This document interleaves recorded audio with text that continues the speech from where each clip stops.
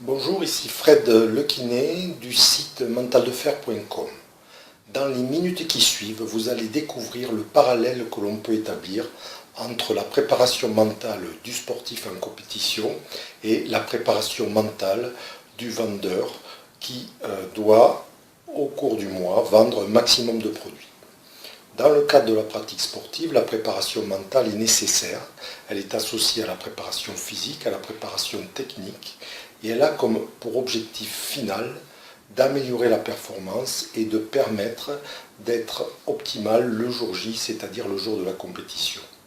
Concernant le vendeur, par exemple, à l'assurance vie, il doit lui aussi avoir un bagage technique important pour pouvoir répondre aux clients, c'est-à-dire connaître le produit, quels sont les avantages du produit, quels sont les inconvénients de ce produit, mais aussi il doit être convaincant et se forger au cours du temps mental. Ce métier, comme représentant en produits financiers, n'est pas facile puisque vous allez avoir souvent le non comme réponse de votre client. Donc si vous ne vous forgez pas un mental de fer, un mental de compétiteur avec une préparation mentale préalablement avant chaque rendez-vous, vous allez au fil du temps perdre votre énergie et perdre vos qualités de vendeur et avoir des primes de moins en moins importantes. Donc ces stratégies dans la pratique sportive, on va les retrouver dans toutes les entreprises, notamment les entreprises dans lesquelles il faut convaincre le client. La fixation des objectifs va permettre là aussi de se fixer des objectifs mensuels et d'essayer de s'y tenir.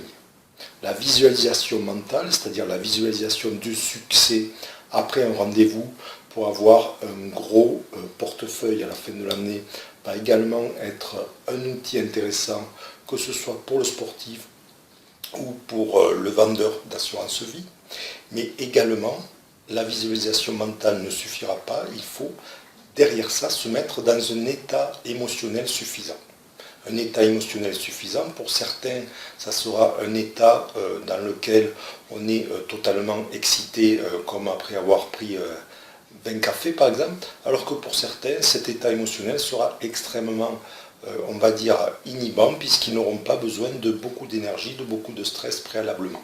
C'est pour ça qu'il est intéressant que ce soit dans la performance mentale au sport et dans la performance mentale en entreprise, de bien se connaître et d'arriver à établir un niveau d'excitation qui est optimal par rapport à vous. Donc la connaissance de soi-même doit être importante.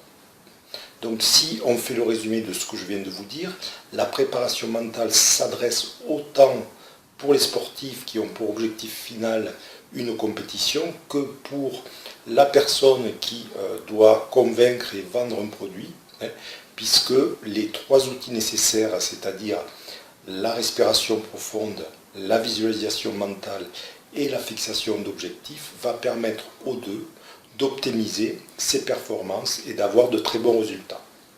Je vous dis à bientôt. Ciao, ciao.